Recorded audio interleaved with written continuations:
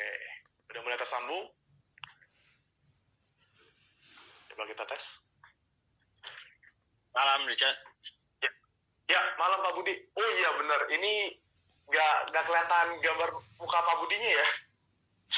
Itu dia selalu jadi persoalan ini. Iya, iya saya di DM katanya ini iya. Problemnya biasa di sini ya. Apakah itu lambat? Tunggu sebentar, saya coba yang satu lagi. Ya, saya udah siapin 3 gambar sebetulnya.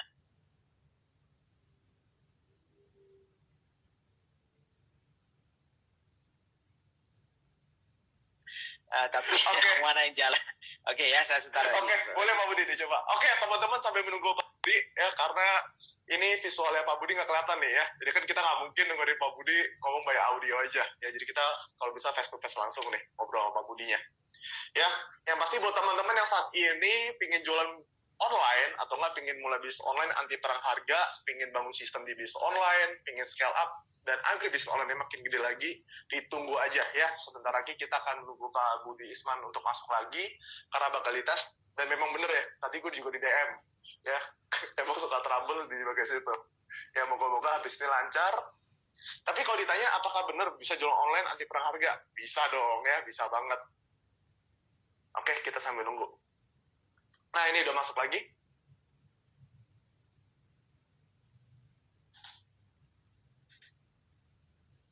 Oke, moga bisa. Oke. Lancar, Pak. Oke, malam Pak Budi Isman, salam kenal Pak. Malam Richard, salam kenal juga, senang banget nih ketemu sama Richard. Saya sudah lihat semuanya apa yang dilakukan, luar biasa Richard. Saya banyak belajar nih dari Richard nanti. Saya sebenarnya ikut SBM online juga Pak. Oh gitu. Saya ikut SBM online, jadi keren banget. Saya nunggu nih, moga-moga bisa ada sesi workshopnya segera. Oke, teman-teman kenalin ini. Oh ya, siap. Pak Budi, ini paling saya kenalin diri untuk Pak Budi dulu ya. Nah, boleh. Teman-teman semua yang belum kenal Pak Budi, jadi kenalin nih Pak Budi Isman. Pak Budi Isman adalah business practitioner, angel investor, dan sudah lebih dari 30 tahun memimpin perusahaan multinasional. Ya, jadi Pak Budi sendiri adalah ex-CEO Sari Husada dan Direktur Grup Coca-Cola MRTL. Nah, pada hari ini kita akan bahas gimana sih cara membangun sistem bisnis online anti perang harga yang nanti akan dibawakan langsung oleh Pak Budi. Oke, Pak Budi. Ya. Sebelum itu, ini pertanyaan-pertanyaan rada-rada teknis banget, gak apa ya, Pak? Saya udah siapin beberapa pertanyaan juga ya. Oke, teman-teman, jadi sebisanya saya. Siap. Jadi teman-teman nanti mungkin bisa siapin catatan juga karena menurut gue ini materinya benar-benar keren ya. Jadi pertama nih Pak Budi, pertanyaan adalah menurut Pak Budi Isman sendiri, apa sih dampak buruknya jika kita itu berjualan produk yang sudah mengalami namanya perang harga, Pak? Oke. Sebetulnya tentunya tidak ada orang yang pengen sebetulnya dalam situasi menjual produk atau menjual, apakah itu kita produksi sendiri atau kita berdagang ya, di mana kondisinya sudah istilahnya itu sudah berdarah-darah. Kalau sudah perang harga itu menurut saya sudah berdarah-darah kan gitu ya. Nah, betul. Artinya apa? Ada dua kemungkinan. Satu ya, karena memang jumlah dari penjualnya itu cukup banyak ya, sehingga pasarnya sudah menyempit karena jumlah penjual, supply dan demand ini sebetulnya kan ya. Atau bisa juga sebetulnya adalah kita sendiri ya, dari sisi si penjualnya sendiri sebetulnya juga tidak jeli sebetulnya melihat ya, karena ini sifat manusiawi. Karena suka meniru-niru, suka mengikut-ikut. Iya benar. Iya kan gitu. Jadi kalau kita kan gitu, ya paling gampang apalagi kalau kita cerita online ya, paling gampang itu kan ya udahlah, kita search di Google yang trending itu apa dan segala macam, fine, itu bagus sekali. Karena itu salah satu cara mencari produk yang mana yang mungkin ada pasarnya. Tetapi ujung-ujungnya yang namanya ada gula pasti ada semut kan gitu ya. Ya. Nah yang celakanya itu kalau kita nggak ada value atau pembedanya ya, jadi itu sudah pasti akan terjadi perang harga. Nah kalau begitu perang harga itu kita sudah dalam istilahnya saya itu kondisi di mana barang atau produk dan jasa kita sudah seperti komoditas. Ya, nah kalau sudah komoditas nggak ada value yang lain, yang paling murah pasti dicari. Nah kalau bayangkan ya, Richard, kita berdagang berdua nih. Richard jual 100, saya banting 75. Richard panas nih, banting lagi 50.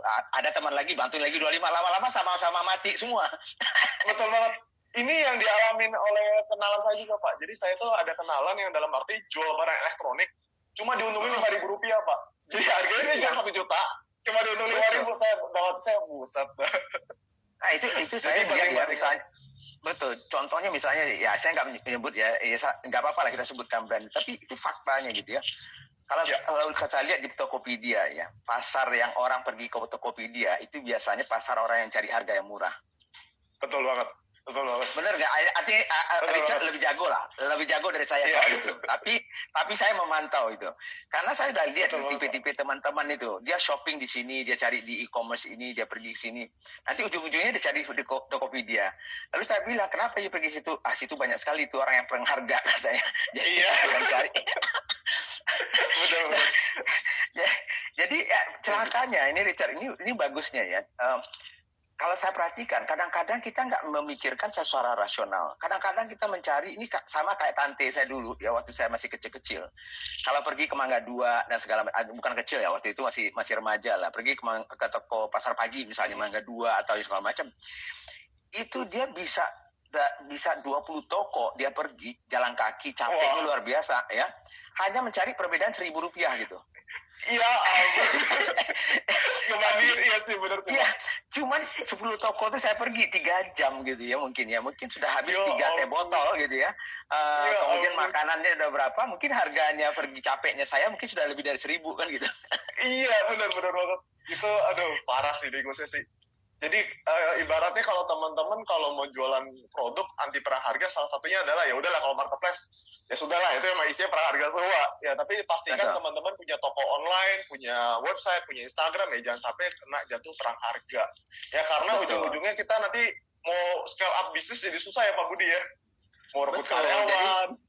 Betul sekali ya. Karena begini ya, memang marketplace itu bagus ya sebagai pemula ya. Waktu awalnya kita masuk, mentes market dan segala macam itu fine ya. Tapi ujung-ujungnya apalagi sekarang ya, trennya itu kan sekarang tuh yang namanya itu D2C ya. D2C itu direct to consumer ya. Jadi kita tidak lagi melewati istilahnya itu middleman-nya gitu ya. Middleman e-commerce itu sebetulnya middleman juga sebetulnya. Nah, kecuali tadi itu kita membuka toko sendiri di e-commerce itu. Nah, cuma persoalannya adalah kalau kita buka kalau strateginya kita pun ya, kalau buka toko sendiri misalnya kan ada official store toh. Misalnya di Tokopedia dan lain ada official store.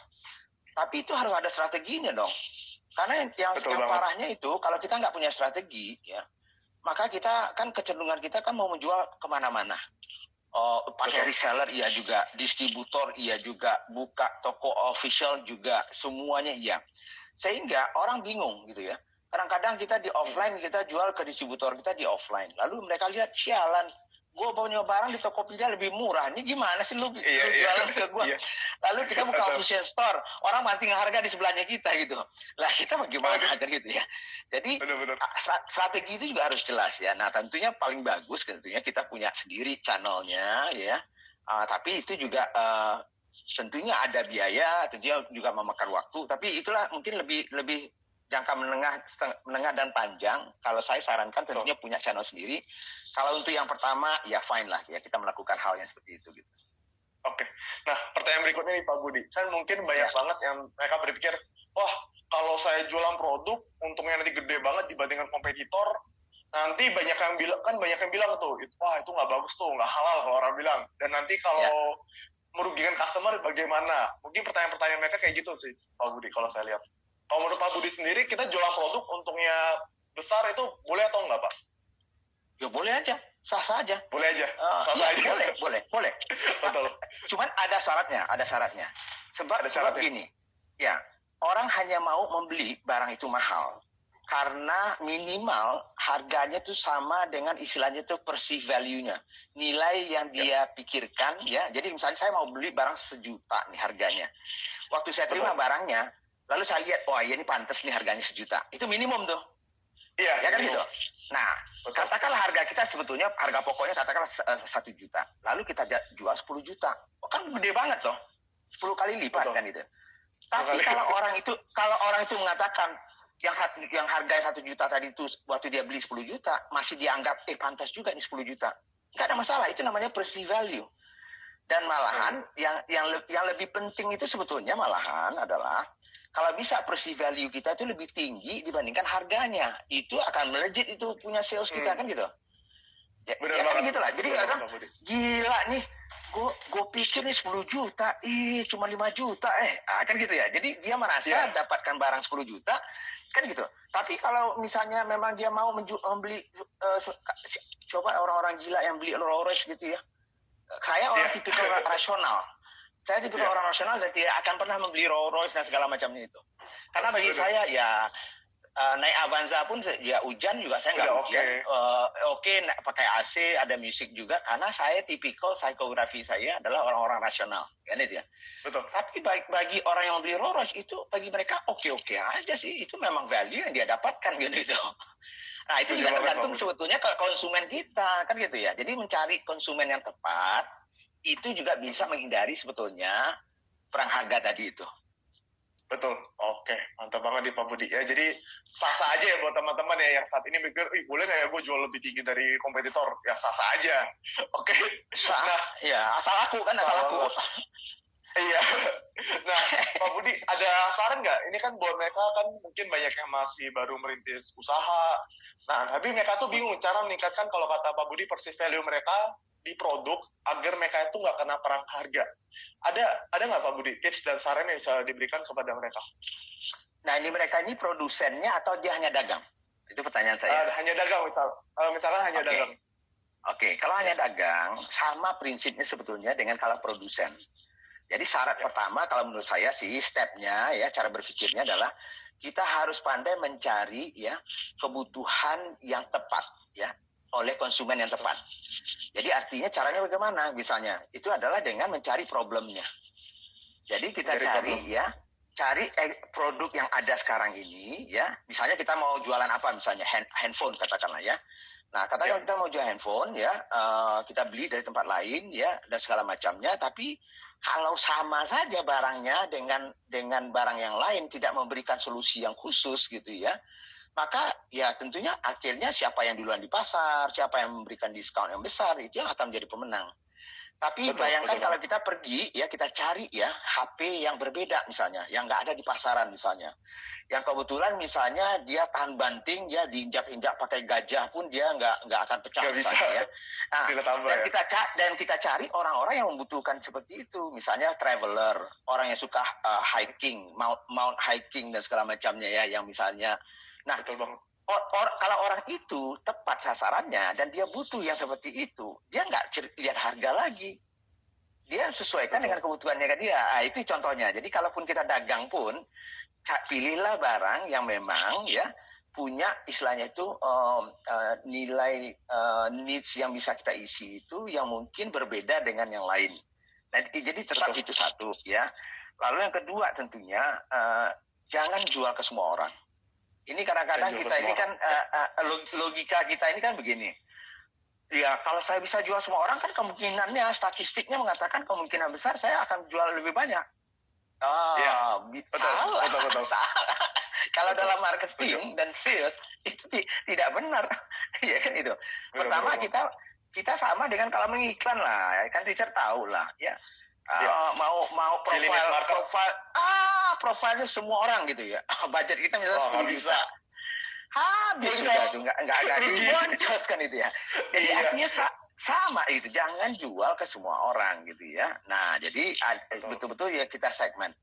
Tapi yang lebih bagus lagi adalah kalau kita bisa mencocokkan antara tadi itu barang yang kita tahu ini unik nih, yang bisa mengisi sebetulnya problem orang ini dan kita persis tahu orang itu di mana, kolamnya di mana dan segala macam. Kita itu aja yang kita hajar. Nah, saya punya pengalaman ya, teman yang di Surabaya ya, dia jualan kamera dan aksesoris sekarang termasuk alat-alat entertainment, home entertainment lah sejak COVID ini kan ya. Nah, dia sakit jiwa dia melihat orang-orang menjual barang yang samanya di Tokopedia, di Bukalapak segala macam karena dia bilang perang harga itu Pak. Nah, akhirnya apa? Yang dia lakukan dia membangun sendiri websitenya ya. Dia membangun sendiri websitenya, dia membangun crowd-nya sendiri dan segala macam, dan dia memberikan pembedaannya adalah barangnya sama semua. Nah, apa yang membedakan? Ya, apa yang membedakan? Yang dikomunikasikan pertama adalah dijamin asli. Ya. Nah, itu. Jadi itu pembedaan. Satu, yang kedua, servisnya dikasih garansi seperti ini. Plus ini katanya. Nah, sehingga orang yang mencari barang murah tetap pergi ke Tokopedia atau di tempat online itu. Tapi orang seperti saya mungkin yang mau yakin itu produknya asli, servisnya bagus, dan saya yakin bisa barangnya datang tepat waktu, saya tidak akan pergi situ. Saya akan pergi ke sana gitu. Ke sana Jadi itu kan juga pembeda sebetulnya kalau kita sebagai pedagang. Karena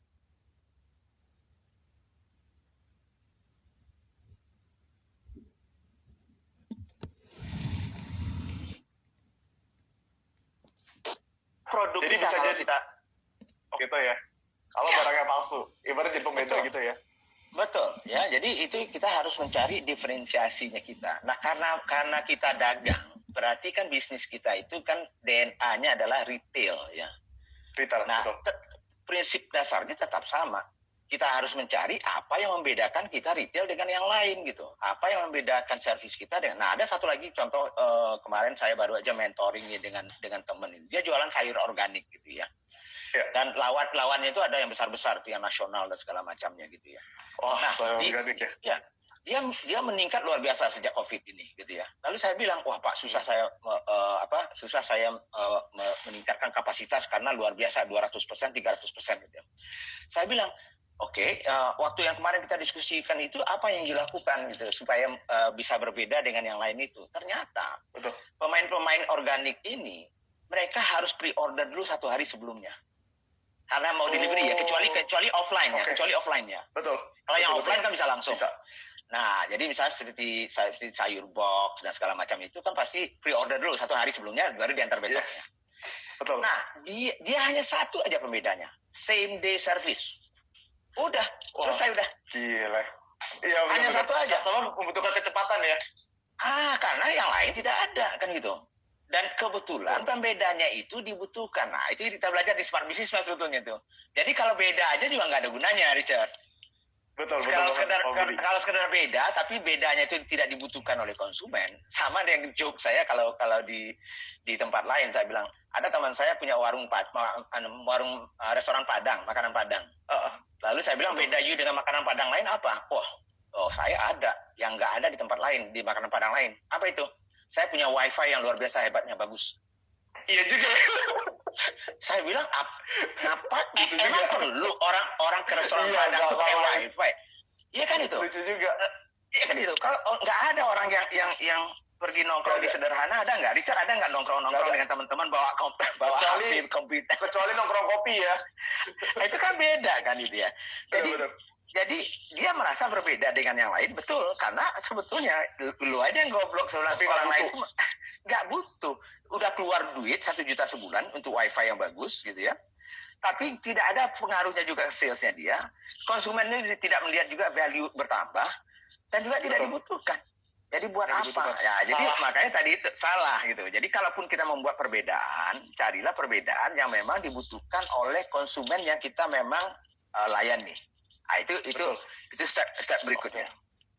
Jadi kalau kita lihat ini kayak kita bentuklah namanya diferensiasi ya Pak Budi ya. Kayak contoh nih kan kebanyakan kalau orang-orang yang jual online banyak yang jual mungkin fashion, mungkin skincare, suplemen. Nah mungkin kalau skincare contoh seperti ini. Kalau saya perhatiin kan kenapa klinik-klinik itu bisa rame. Padahal mereka itu udah pasti biaya konsultasi aja bayar. Atau enggak mereka jual krim mungkin lebih mahal dibandingkan kita beli di online. Nah yang membedakannya kalau saya lihat mungkin lebih ke jasa ya, jadi dapat konsultasi, bisa ngobrol-ngobrol lebih terpercaya lah, ibaratnya seperti itu ya. Betul banget, betul. Garuda dengan Lion kan beda tuh. Iya, Garuda sama Lion juga beda, betul. Beda di servis. Garuda harus bayar lebih mahal gitu. Tapi jangan lupa ini kembali saya katakan ya.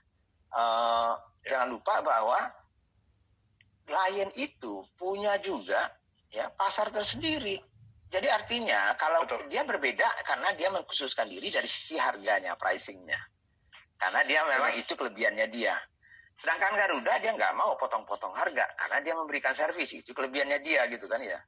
Nah Garuda punya pasar sendiri, Lion punya pasar sendiri. Jadi sebetulnya kalau kita berbeda itu jangan takut. Ya kita punya pasar sendiri kok. Kan itu. Benar Pak Budi, setuju banget. Ya jadi kita harus punya diferensiasi baik dari segi produk atau nggak segi jasa kita ya dibandingkan tempat lain. Oke, nah setelah itu kalau menurut Pak Budi nih, gimana sih Pak Budi cara menilai dan menghitung harga dari suatu produk? Mungkin lebih detailnya mungkin disebut sebagai harga customer ya Pak Budi ya. Harga customer untuk ya. konsumen. Ya. Nah, karena saya juga pengen lihat nih Pak Budi, mereka itu kebanyakan saat jualan itu salah nentuin harga jual. Ya jadi biasanya sih mereka hanya untungnya tipis. Hingga dampaknya itu mereka nggak punya budget untuk berpromosi, budget untuk rekrutim, operasional, dan sebagainya. Karena hanya fokus bandingin harga mereka yang mereka jual dengan kompetitor sebelah. Ada tipsnya nggak Pak Budi untuk cara menghitung harganya kurang lebih gimana? Mungkin budget marketingnya berapa persen, segala macam. Betul. Jadi kalau kita berdagang, berarti kan produk kita yang kita beli itu harganya berapapun. Jadi misalnya kita beli 1 juta, berarti itu harga pokoknya kita toh. Ya, betul. Nah, kalau harga pokok kita 1 juta, kan nggak mungkin kita jualnya 1 juta ke konsumen kan ya. Ya ada itu biaya yang lainnya. Amal. Kerja bakti gitu. Kerja sosial. Nggak usah bisnis gitu. Nah, di atas itu ada beberapa biaya yang kadang-kadang kita jarang kita perhatikan. Satu, ya kita punya yang namanya overhead. Overhead itu adalah biaya operating expense. Biaya-biaya misalnya kalau kita punya kantor, kita ada misalnya ruko yang kita sewa. Mungkin kita punya bensin yang untuk kita pergi ke customer atau apa segala macam. Jadi semuanya biaya gaji itunya, ada yang fixnya, ada yang variable. Nah, sedangkan sales dan marketing expense itu tentu perlu. Ya, kalau kita nggak punya itu, bagaimana kita membangun misalnya database kita? Bagaimana kita membangun misalnya awareness dari produk yang kita mau jual itu misalnya ya. Jadi harus ada itu. Jadi berapa persennya itu tergantung sebetulnya. Tentunya lebih efisien, lebih bagus gitu ya. Nah, kalau soal presentasi itu bagi saya adalah pertama tergantung sebetulnya fasenya kita itu kapan. Apakah fasenya kita ini baru-baru betul kita menjual, berarti marketing expense kita mungkin harus lebih banyak di awalnya. Karena kita butuh pompanya dulu nih. Istilahnya kalau orang udah dorong mobil yang berhenti, itu tenaganya pertama itu gede banget itu. Tapi kalau udah mulai jalan, sudah ada yang namanya momentumnya, ya dengan jari sedikit aja sudah jalan itu mungkin ya kita dorong gitu ya. Iya. Sama. Betul. Sama juga seperti di marketing juga begitu. Mungkin di awal untuk membangun awareness, mungkin kita perlu sedikit ya pompa ya. Kemudian mungkin kita memberikan promo tertentu untuk menarik orang mau mencoba. Nah, kalau itu kita rutin, biasanya itu tingkat presentasi dari marketing atau sales budgetnya itu untuk promo dan segala macam itu secara berbanding terbalik itu akan turun sendiri karena sales kita sudah mulai naik, maka pasti secara presentasi jumlah marketing budget kita akan menurun kan gitu.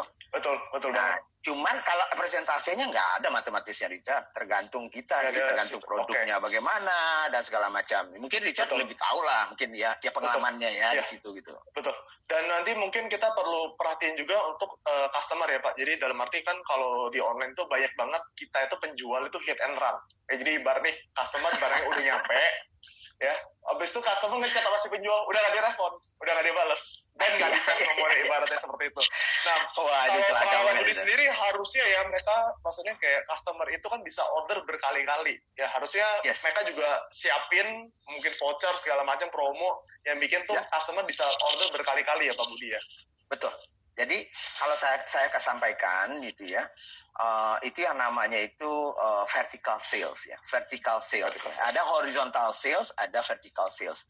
Vertical sales itu artinya kita berharap kita membangun loyalitas ya di customer kita. Kita berharap repeat order terus-menerus ke kita. Kenapa itu yang kita lakukan? Pertama tentunya kita berharap bahwa dia membeli, itu satu.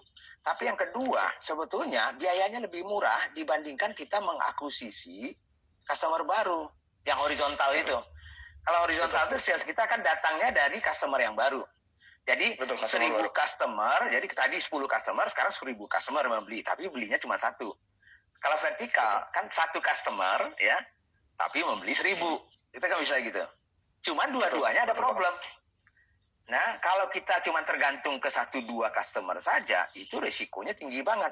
Kan itu ya. Karena kalau satu saja mati, berarti tinggal 50% sales kita kan gitu ya.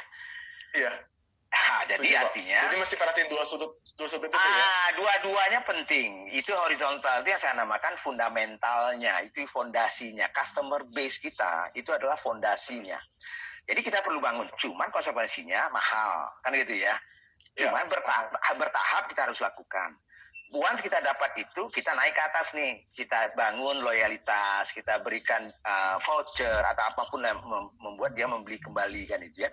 Pertama dia lebih murah ya, dan tentunya dua-duanya kalau bisa tertarik itu lebih bagus. Tapi memang risikonya adalah kalau kita terlalu fokus ya ke satu produk atau satu customer atau 2 customer, tentunya kalau customer itu tidak membeli lagi, ya langsung drop sales kita cukup dalam gitu.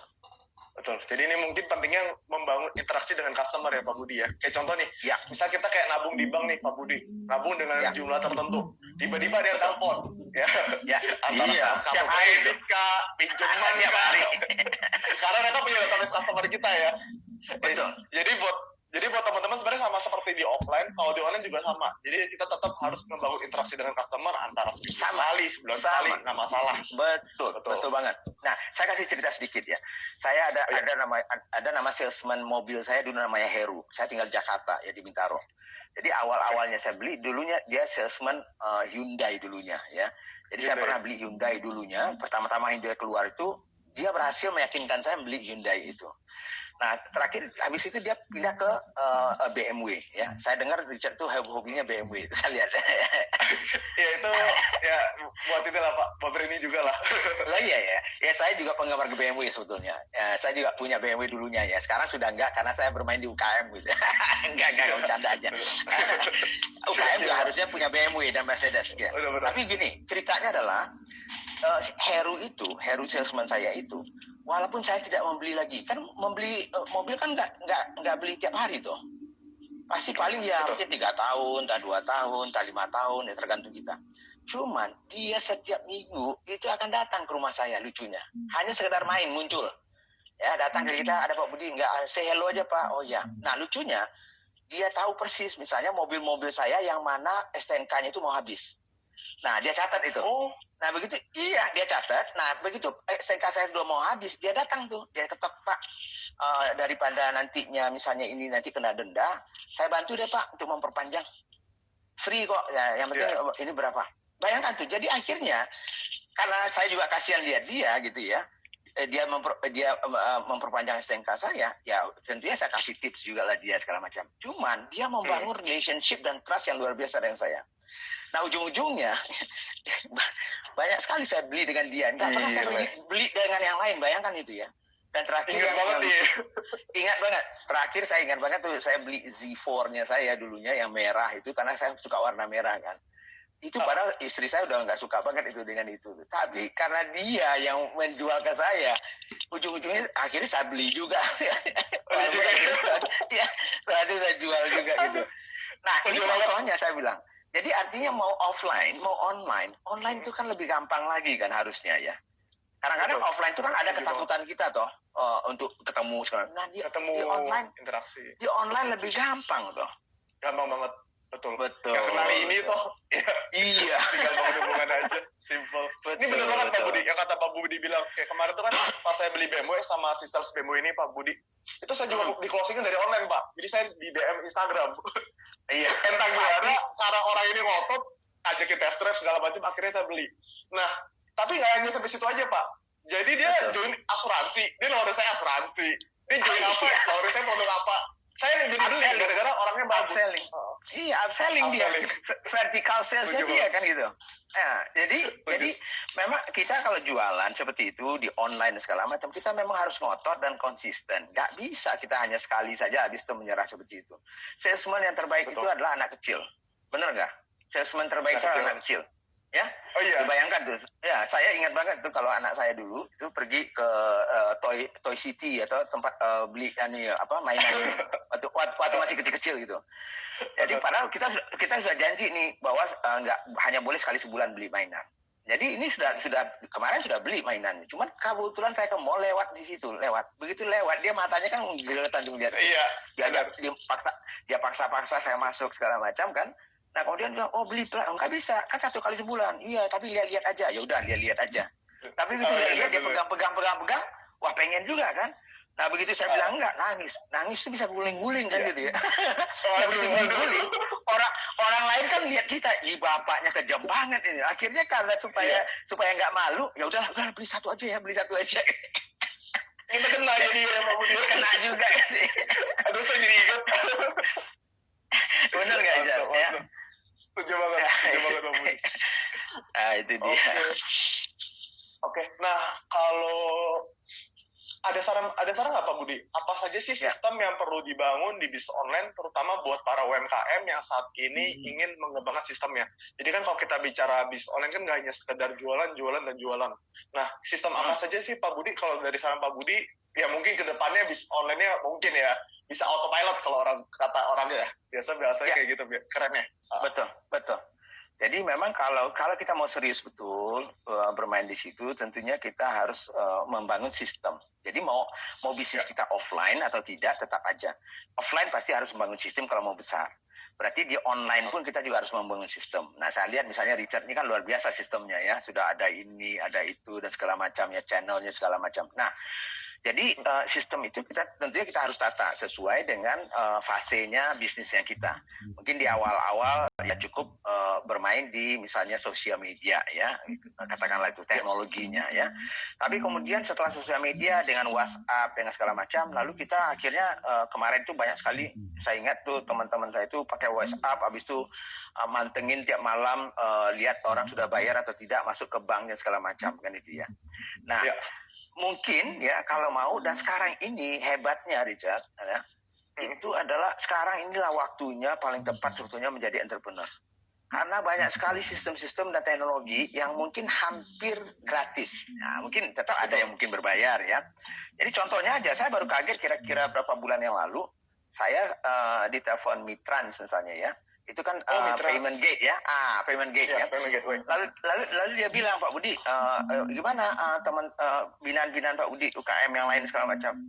Oh ada, masih banyak tuh. Oh iya Pak, kami sudah ada sekarang ini dengan WhatsApp itu bisa di-link sekarang itu dengan payment gate Mitran. Oh jadi bisa langsung ke lacak ya, transaksinya. Iya, jadi artinya saya sudah punya personal account Mitransnya, tapi saya nggak tahu waktu itu WhatsApp itu sudah bisa. Dulu hanya saya link dengan website saya misalnya, kan gitu ya. Betul. API itu API misalnya segala macam ya. Betul. Nah, tapi sekarang enggak, sudah bisa karena dia juga melihat. Karena salah satu pemain istilahnya itu social commerce ya, karena ada e-commerce nih. Ya social commerce ini kan yang WhatsApp, Messenger, itu kan social commerce sebetulnya, ya melalui sosial media dan segala macam. Karena Indonesia itu salah satu pemain, ya pemakai sosial media untuk dagang dan bisnis itu termasuk yang paling besar persentasenya. Paling besar. Makanya mungkin saya lihat Mitrans juga melihat ini ada opportunity nih. Kenapa harus orang-orang yang harus pakai yang mahal-mahal pakai website dulu baru bisa pakai ininya dia. Nah sekarang hampir semua individu emak-emak di pasar pagi pun bisa sekarang ini pakai WhatsApp. Langsung aja pakai Mitrans. Bayar kredit card bisa, pakai debit bisa, pakai segala macam bisa. Oh, apa yang dilakukan Mitrans sudah sama Pak Budi ya? Cari masalah orang. Solusi. Mau berikan solusi. Masalah orang tuh capek nih transfer ya, event tuh pakai yang namanya account virtual dan segala macam, tetap aja masih manual toh. Nah, itu contoh-contoh membangun sistem. Jadi itu misalnya payment, bagaimana supaya diotomasi gitu ya. Nah, kemudian tentunya sistem-sistem yang lain yang sering juga yang saya lihat itu adalah sistem keuangan, Richard. Saya nggak tahu Richard bagaimana gitu ya. Cash flow ya. Ya, sistem keuangan saya ini kadang-kadang kita nonton SBM sih. Iya kan itu. Kadang-kadang kita merasa bahwa bisnis saya sudah besar, saya sudah bisa menghasilkan 2M sebulan dan segala macam misalnya. Tapi kalau kita nggak kelola financial kita ya, dan tidak pisahkan financial kita antara yang pribadi dan bisnis ya, lama-lama itu aja jadi persoalan sendiri nantinya. Kalau kita mau besar ya cerita saya ya. Setuju. Nah, tapi ya kalau hanya pengen dapat 2 juta sampai 5 juta sebulan cukup lah ya, sudahlah, itu terserah oke saya. Iya. Tapi kalau mau bangun sistem. Jadi tadi itu otomasi, misalnya payment ya harus punya ya, kemudian misalnya financial. Banyak yang gratis loh sekarang ini. Ya. Benar, banyak gratis. Nah, banyak yang gratis gitu ya. Jadi even kalau misalnya kita jualan katakanlah misalnya POS ya. Kalau kita mau pakai jualan online pun bisa aja kita pakai POS, kenapa tidak? Kan gitu. Malahan otomatis dia inventorinya otomatis dan sekarang walaupun kita tidak jual offline. Kenapa tidak pakai POS? Ya kan itu. Nah, itu contoh-contoh. Nah, kemudian tentunya yang infrastruktur yang lain yang saya lihat itu cukup banyak lah yang lain. Jadi payment, financials ya. Tapi jangan lupa bahwa untuk membangun bisnis yang besar ya harus bangun tim menurut saya. Bangun tim. Nah, kalau hanya lone ranger terus ya batasannya ya capek, situ-situ aja, capek. Betul. Bangun tim, bangun komunitas, bangun kolaborasi antara sesama ya. Zamannya sekarang adalah share ekonomi, kolaborasi. Nggak ada orang yang bermainan sendirian tuh ya. Makanya saya ajak Richard bertemu di sini ya, mana tahu kita bisa berkolaborasi, saya bisa membantu teman-teman di situ kan gitu juga. Betul Pak Budi. Wah, moga-moga saya bisa ketemu Pak Budi nih segera nih. Setelah iya, sama juga. Ya. Mantap. Oke, jadi teman-teman ini masukan dari Pak Budi ya. Pas perhatiin cash flow, dan kedua bedakan rekening bisnis sama rekening pribadi. Karena kalau penjual online pemula ini pasti banget nih ya. Rekeningnya disatuin semua, nanti jajan, nggak tahu duitnya kepake, ya, ujung-ujungnya mau gedein nggak bisa, ya. Dan berikutnya adalah kita bangun tim. Nah, ini juga mungkin Pak Budi, kebanyakan dari penjual online itu saat ini mungkin ya sebagian besar kalau saya lihat masih takut buat rekrut admin, takut buat rekrut CS, karena takut delegasinya nggak bagus. Ya, jadi mereka itu ragu, ujung-ujungnya kalau mereka itu rekrut admin CS nanti malah omsetnya malah turun.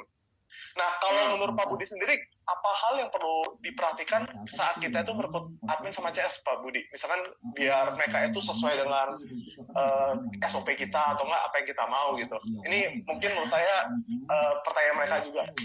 Ya, nggak apa. Itu kalau di Smart Business Map ya, modul 3, Operational Profitability, pertanyaan nomor 12, how do you develop your team? Itu sebetulnya. Hafal saya itu. Nah, di Instagram saya juga ada di situ. Nah, karena apa saya bilang? At the end of the day, we are all in people business. Sebetulnya, ujung-ujungnya bisnis kita apapun, ujung-ujungnya adalah orang. Nah, jadi tidak ada satupun orang yang saya lihat yang tidak punya masalah dengan orang atau timnya. Ya. Either tidak ada tim, ya, atau ada tim tapi bermasalah gitu ya. Betul. Nah, sehingga apa? Ya, jadi tipsnya apa? Ya, pertama saran saya adalah harus bangun tim ya kalau kita mau besar. Jadi harus juga mulai membangun kepercayaan kepada tim ya supaya bisa didelegasikan sebagian pekerjaan kita ke tim kita. Cuman memang betul untuk mendelegasikan itu kita harus yakin pertama tim kita itu sudah kompeten ya untuk bisa didelegasikan, bisa dipercaya tentunya dan punya integritas misalnya ya. Nah, tapi kemudian untuk mencari orang itu bagaimana? Nah, pertama tentunya kita harus tetapkan dulu apa yang kita butuhkan. Jadi misalnya gini, banyak orang tiba-tiba dia tidak tahu persis, ya dia bilang begini, Pak, saya mau rekrut admin. Oh ya, jadi sudah dapat. Sudah Pak, saya sudah rekrut 2 minggu yang lalu. Tapi kok nggak benar ya Pak ya adminnya. Jadi cara yang cari apa? Ya pokoknya saya cari orang yang mau melamar untuk admin. Ya dia punya pengalaman sedikit admin, ya sudah saya tarik aja. Jadi artinya apa? Dia hanya bercerita admin. Admin itu apa sih? Kan itu ya. Jadi harus clear betul. Apa sih ya sebetulnya yang dikerjakan sehari-hari itu apa? Misalnya, apakah dia perlu berhitung atau tidak? Apakah dia perlu detail atau tidak? Apakah dia perlu kecepatan atau tidak untuk bekerja? Apakah dia perlu memakai komputer dan harus bisa memakai program tertentu? Ya, betul. Harus bisa Excel atau tidak? Jadi kriteria yang kita butuhkan itu harus ditetapkan dulu, ya. Jangan hanya kabur admin. Lalu kita cari juga orang yang kabur juga ya. Jadi abu-abu lawan abu-abu ya akhirnya ya berantakan kan gitu. Nah, cuman kalau kita sudah jelas itu yang kalau di dalam perusahaan-perusahaan besar itu namanya job description. Ya, job description-nya. Jadi kita Dan itu jangan teman-teman UKM atau para online marketer ya, jangan takut ya seolah-olah kalau saya harus belajar buat job description itu seolah-olah itu ruwet. Enggak, sesimpel buat list ya, kira-kira 10 hal yang paling sering dia lakukan tiap hari yang dibutuhkan. Tulis saja apa. Nah, kemudian apa yang dibutuhkan untuk melakukan itu. Jadi misalnya dia harus menginput data ke komputer pakai Excel. Oke. Berarti orang yang kita cari harus bisa pakai komputer dan bisa pakai program Excel. Ya. Nah, tapi kalau kita nggak jelas itu kan ya, dia bisa pakai Word, dia bisa pakai komputer, tapi nggak bisa pakai Excel gitu. Ya, nah, jadi ditanya, ada bisa pakai komputer nggak? Oh bisa, wah oke, tarik. Begitu disuruh pakai Excel, nggak bisa. Laporan telat terus gitu segala macam. Karena nggak clear. Jadi benar nggak ya? Benar banget. Nah, setuju banget. Betul. Nah, jadi clear dulu itu. Nah, kemudian baru dicari orang yang sesuai. Nah, orang yang sesuai itu menurut saya ada dua hal yang paling penting. Ditambah satu lagi. Pertama adalah pengetahuannya. Jadi pengetahuan mengenai pekerjaan yang ingin kita berikan ke dia. Pengetahuan itu tidak sama dengan skills, keterampilan.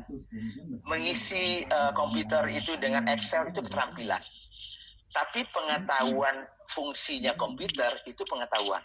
Ya, itu ada beda. Jadi harus tahu dulu fungsinya komputer itu apa, kemudian dia punya skills mengisi dan memakai Excel, itu skills ya.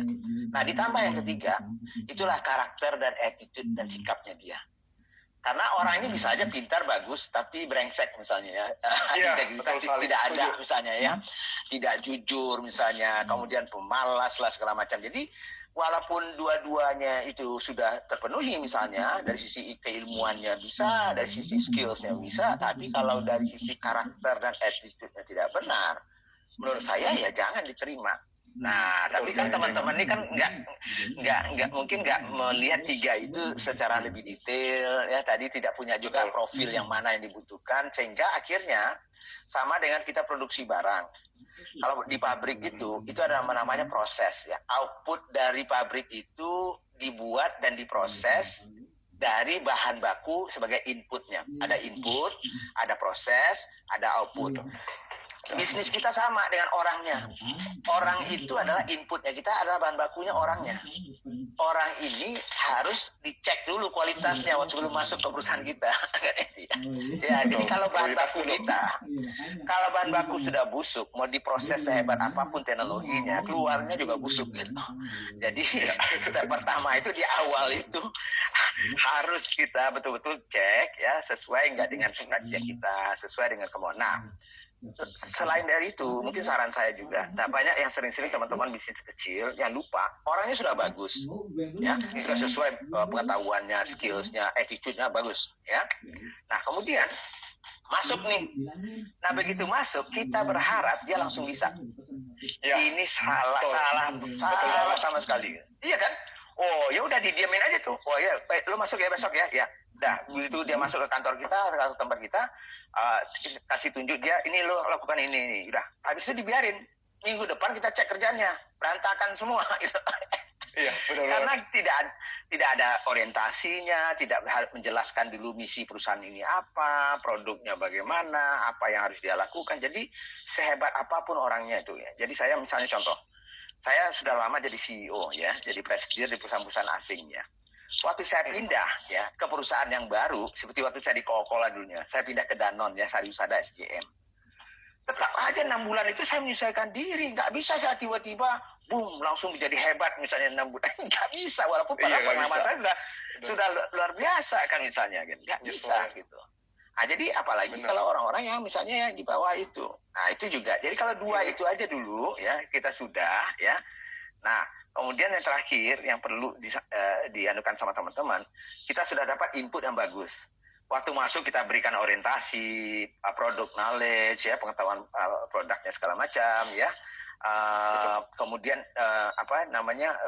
kita sudah memberikan mungkin on the job training, ya. Tapi jangan lupa, wah ini ada, halo, bos kok. Wah, ya mantap. Jadi wah ini bos startup besar ini. Oke, tapi anyway, outputnya dari orang itu ya harus kita monitor harus kita evaluasi dan harus kita berikan mereka indikator. Jadi jangan juga biarkan mereka melakukan pekerjaan itu ya, udah lu bikin ya input ya data-data ini ya, oke, ya udah begitu aja kan. Nah kita nggak ada ukurannya input data itu. Misalnya apakah setiap hari itu 100 data kah, 1000 data kah harus selesai, ya? Karena kalau tidak ada itu, ya kan? Apa yang kita ukur? Nggak ada ukurannya. Mesti Kan? kasih target berarti Pak Budi ya? Ada target, bukan orang sales saja yang ada target. Orang admin pun juga harus ada target, harus jelas juga. Jadi performanya misalnya, nanti gua kapan perlu kita kasih dia bonus misalnya, ya. Kalau kita tahu misalnya orang yang jago banget menginput data itu bisa menginput data 5.000 sehari misalnya. Lalu kita kasih tahu gini, kalau lu bisa 6.000 nih, ada tambahan 1.000 dari yang normalnya, ya. Gue kasih lu insentif ya, gue beliin lo Starbucks misalnya gitu ya. Jadi contohnya nggak perlu yang mahal-mahal sih misalnya ya. Betul. Wah, jadi ukurannya jelas. Jadi pada saat kita mengatakan dia performanya bagus atau tidak, indikatornya adalah 5.000 data di input sehari. Kalau di bawah itu berarti dia tidak bagus, di atas itu dia bagus. Tapi kalau dia bagus, kasih juga lah dia hadiah, minimal terima kasih. Kalau nggak ada Starbucks ya misalnya atau apapun gitu. Kalau belum cuan terima kasih ya, oke lah ya. Iya, oke lah ya. Ya, jadi ini bagus banget ya. Jadi buat teman-teman yang saat ini pengen rekrut admin CS, yang penting ya job description mesti jelas, kriteria adminnya jelas, dan bener attitude-nya itu nomor 1 ya. Jadi jangan sampai lu ketemu admin yang cerdas tapi attitude-nya buruk ya. Malah nanti kerja malah tiduran, ngantuk dan segala macam ya. Jadi mesti jelas banget. Dan berikutnya adalah kalau dari kata Pak Budi adalah kita mesti jelasin ya. Setiap hari itu misalnya inputnya berapa. Jadi kalau kita bicara admin medsos nih, di Instagram itu mesti ngupload story sehari berapa, feeds berapa, balas chat customer itu follow up minimal berapa chat sehari. Jadi itu penting banget nih buat teman-teman ya. Mesti dijelasin. Karena kalau admin bilang, udah kamu upload 3 story ya udah di-upload 1 post. Kan lu bilangnya satu cuma suruh upload doang ya, bukan berapa post gitu. Nah kalau betul. Dan kalau mereka nggak ngerti copywriting, nggak ngerti cara-cara bikinnya ya ajarin dulu ya. Kita bisa bikin video tutorial, suruh mereka nontonin rumus-rumusnya misalkan. Betul. Mantap banget Pak Budi. Betul. Ya. Oke, Pak Budi, ini terakhir ada tips dan motivasi yang ingin diberikan terutama kepada para UMKM yang saat ini baru ingin mulai bisnis nih Pak. Ada nggak tips dan motivasi yang ingin diberikan? Saya bilang bahwa ini adalah waktu yang paling tepat untuk berbisnis menjadi entrepreneur. Karena semua infrastruktur itu sudah ada, nah, apalagi yang muda-muda. Saya aja yang tua ini sudah hampir 60 sekarang ini masih belajar banyak, belajar dari Richard ya, dan belajar dari teman-teman anak-anak milenial gitu ya. Karena saya mau relevan. Nah, oleh karena itu ini kesempatan yang bagus sekali ya. Kemudian yang kedua tentunya untuk menjadi entrepreneur kita harus juga siap mental. Siap mental itu maksudnya apa? Siap untuk bekerja. Jadi jangan mendengar terlalu banyak motivator ya. Motivator maksudnya gini, saya suka motivator ya, karena itu penting itu. Tapi maksudnya adalah jangan istilahnya literally ya, jangan diambil apa yang dikatakan. Dia katakan punya financial freedom. Wah. Ya. Mungkin bangkrut duluan kita 2 kali baru sukses misalnya. Itu nggak ada kan. Kita bebas punya waktu, nggak ada bebas 24 jam kerja gitu ya. Apalagi misalnya ya bisa pergi kemana-mana, nggak ada. Kalau lu udah besar banget baru bisa. Jadi kita harus siap mental juga untuk mempersiapkan itu. Nah, kemudian yang ketiga menurut saya adalah kita juga tentunya harus banyak-banyak belajar gitu ya. Jadi jangan merasa kita sudah pintar ya. Belajarlah dengan semua orang. Tidak perlu juga yang mahal-mahal belajarnya. Yang gratis banyak banget gitu ya. Ini contohnya kita cerita di live seperti ini aja mungkin banyak manfaatnya teman-teman. Nah, sehingga saya bilang kalau itu 3 itu ada ya, tentunya ada teknis-teknis yang bisa tentunya harus dipelajari, itu istilahnya dipraktekkan dan segala macam. Dan by time tentunya kita akan mengalami pengalaman-pengalaman dan wisdom yang didapatkan yang mudah-mudahan itu bisa membuat kita lebih maju. Itu sih mungkin saran saya. Mantap. Thank you nih Pak Budi nih. Sama-sama Richard. Yes. Tapi kita ada 10 menit lagi Pak Budi. Mungkin nanti kita bakal jawabin pertanyaan-pertanyaan yang di sini ya. Oke. Jadi buat teman-teman yang pengen nanya-nanya, monggo langsung di komen aja. Pertanyaan-pertanyaan kita masih ada 10 menit lagi Pak Budi. Oke, ini coba saya scroll. Kayak dari tadi itu banyak nanya di bagian atas deh. Ya, betul. Oke, kalau kadang kita juga suka gerak. Ya kalau mau nanya Kak, kalau customer suka main-main di toko kita gimana cara ngadapinnya Kak? Kan kadang kita juga suka gregetan ya. Customer suka main-main ngapain? Ya kepo. Enggak lah ya. Iya. Itu pertanyaannya yang penting lo follow up aja sih. Ya dia bukan yang main-main, mungkin butuh ditanyain lagi. Oke, terus apakah jualan di marketplace dengan banding harga termasuk sehat, Pak? Sebenarnya kan tergantung kita ya, Pak. Maksudnya kita sosmed udah tentuin harga segitu, di marketplace jangan sampai kita malah banding harga ya, Pak. Pasti sama lah ya, sama rata ya. Betul. Harganya. Jadi hati-hati juga kalau kita menjual itu, apalagi kita menjual di beberapa channel ya, dan di beberapa tempat. Jadi kalau kita nggak punya policy atau kebijakan yang tepat, akhirnya orang akan kesal dengan kita. Karena dijual di sini beda harganya, di situ beda harganya dan segala macam. Dan kalau kita membangun tim, membangun reseller dan segala macam, bisa-bisa mereka juga kesal dengan kita kan itu. Iya, kesal banget itu. Kok tiba-tiba lu kasih khusus di sana itu dia banting harga, gua nggak bisa jualan di sini. Wah, celaka juga kan itu. Betul. Oh, Pak Budi, ini ada pertanyaan yang menurut saya boleh bagus nih dibahas. Cara mencari diferensiasinya itu bisa nggak, Pak? Kita itu minta survei ke customer. Sangat bisa. Sangat bisa ya? Sangat bisa. Karena ujung-ujungnya diferensiasi itu kan harusnya yang dibutuhkan oleh konsumen toh. Yang seperti tadi kita bilang, jangan pasang wifi di restoran Padang gitu. Iya, karena bukan kebutuhan customer. Bukan kebutuhan customer. Jadi carikan. Jadi yang paling enak itu adalah gini, kalau lu punya barang misalnya ya, kemudian misalnya minta feedback dari konsumennya. Lalu katakan kira-kira barang yang seperti ini apa yang masih kurang, yang mungkin tidak puas dengan solusi yang diberikan, ya. Jadi, dari situ sebetulnya kita lihat, oh iya ya, yang ini masih kurang ini. Nah, sehingga kita bisa mencari produk yang bisa mengisi kekurangan itu. Nah, kita sudah tahu nih customer ini butuh yang ini sebetulnya. Jadi kadang-kadang kan gini, orang bilang saya ada masalah dengan kecantikan di bagian muka. Mungkin dua persoalan yang berbeda. Satu mungkin persoalan jerawat, akne. Betul. Satu lagi mungkin seperti saya, ketuaan gitu misalnya ya. Jadi perlu mungkin supaya lebih tua misalnya, lebih muda. Lebih muda. Tapi kalau kita menjual produk yang bisa misalnya seolah-olah bisa menyelesaikan semua masalah di wajah. Lalu kita punya produk yang betul-betul khusus untuk jerawat. Bagi konsumen yang butuh untuk jerawat, dia akan beli yang khusus untuk jerawat. Yes, makanya kan gitu. Maka coba aja lihat sampo sekarang, segala macam sampo ada. Dulu samponya saya itu cuma sabun batangan itu dulunya. Ya itu semuanya, itu cuci piring itu juga, cuci kaki itu juga, cuci muka itu juga, cuci rambut itu juga. Habis itu berkembang, ya kan itu ya. Ada sampo.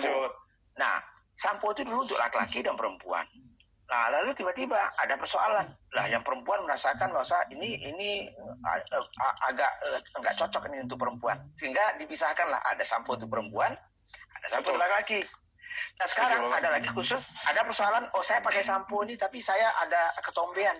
Keluar lagi lah yang istilahnya sampo untuk ketombe. Khusus ada lagi yang khusus ketombe, ada lagi yang khusus kulit kering, ada lagi kan itu sebetulnya. Jadi persoalan yang satu aja, soal rambut aja, itu bisa dipilah-pilah sebetulnya problem-problem yang lebih spesifik. Dan kalau kita bisa mencari produk yang bisa mengisi itu, carilah customer yang membutuhkan itu. Nah, perang harga itu hilang. Betul banget. Ini benar banget kata Pak Budi ya. Jadi kalau teman-teman nih saat ini jualan produk, anggaplah kita bilang produk diet ya, yang dalam arti itu marketnya luas banget di online kalau saya lihat. Betul. Nah, kalau teman-teman mau jadi pembeda, bikinnya diet khusus milenial, diet khusus mama. Itu juga pasti beda loh. Mama sama milenial badannya beda loh. Betul. Jadi kita pilih nih market kita. Betul sekali gitu. Itu. Oke. Betul. Pak Budi, ini ada pertanyaan lagi. Lebih baik mana memilih bidang usaha yang kita suka atau bisnis usaha yang sedang laku? Oke. Kalau saya sih ya ada duit misalnya 100 miliar, lalu opsi saya adalah membuat bisnis menjual Ferrari ya, atau membuat PT Tai Indonesia. Nah, saya kumpulin semua tai di Indonesia, lalu saya olah jadi pupuk organik ya. Tapi kebutuhannya ribuan triliun setiap tahun. Sedangkan orang yang membeli Rolls Royce mungkin dua biji setahun. Tapi gengsinya saya menjual Rolls Royce kayaknya keren gitu. Tapi saya akan pilih PT TAI Indonesia. Nggak apa-apa, di kartu nama saya itu CEO PT TAI Indonesia, asal tajir, bisnisnya besar. Dibandingkan saya jual Rolls Royce gengsinya tinggi, tapi jualan mobilnya cuma 2 tahun. Betul banget Pak Budi. Ya. Ini benar banget. Jadi teman-teman kalau mau mulai bisnis ya emang lihat yang prospeknya menguntungkan saat ini. Ya jadi kalau misalnya kata Pak Budi ya, mau dibilang direktur PT TAI juga nggak apa-apa ya. Yang penting nggak apa-apa. Yang penting cuannya. Oke. Ini Pak Budi. Ini bagus juga nih pertanyaan. Saya mau tanya, jika kita seorang masih kerja kantoran dan kita apakah kita harus resign dan full time untuk urus usaha yang baru dibangun, sedangkan modal masih dari pemasukan kerja di corporate. Terima kasih. Oh ya. Jadi Pak Budi bisa tambahkan, Pak Budi. Iya. Sebenarnya sih kalau di online enaknya ya ini ya Pak Budi ya, maksudnya dia masih kerja terus dia sambil jual online ya no problem. Yang pasti kalau nanti mungkin kalau penghasilan di online yang udah gede lebih daripada pekerjaan saat ini ya bolehlah pikir-pikir seperti itu. Betul banget. Jadi makanya saya bilang inilah waktu yang paling tepat sebetulnya kita mau jadi entrepreneur gitu. Walaupun kita masih bunglon mungkin sementara ini, karena kan kadang-kadang ada juga orang, ya saya nggak mau ngambil risiko Pak, yang penting ada kaki saya di sebelah sini, tapi saya coba-coba di sini. Oke, makanya ini ada kesempatan, seperti terutama yang kalau ada online dan segala macamnya ya. Nah, benar yang kata Richard tadi itu, kalau ini sudah mulai menghasilkan lebih bagus, kalau saya sih, kalau sudah mulai lebih mantap, sudah lebih bagus, bagi saya harus betul-betul full time. Karena ujung-ujungnya kalau betul-betul mau besar, kalau kita nggak fokus, itu yang tidak akan besar. Jadi nggak ada bisnis yang besar itu part time.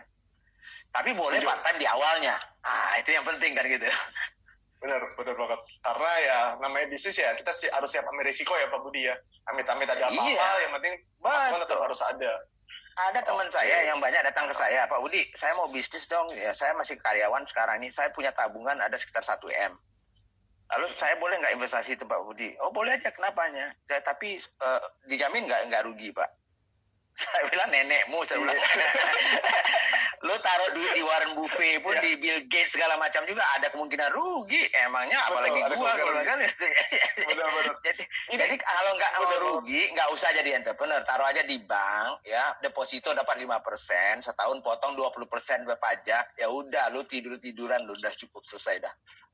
Yes, benar banget. Jadi teman-teman ini juga benar banget kata Pak Budi. Jadi hati-hati saat teman-teman mengambil sebuah peluang atau nggak tiba-tiba ada teman nawarin, ini mah nggak bakal rugi, ini mah udah pasti untung segala macam.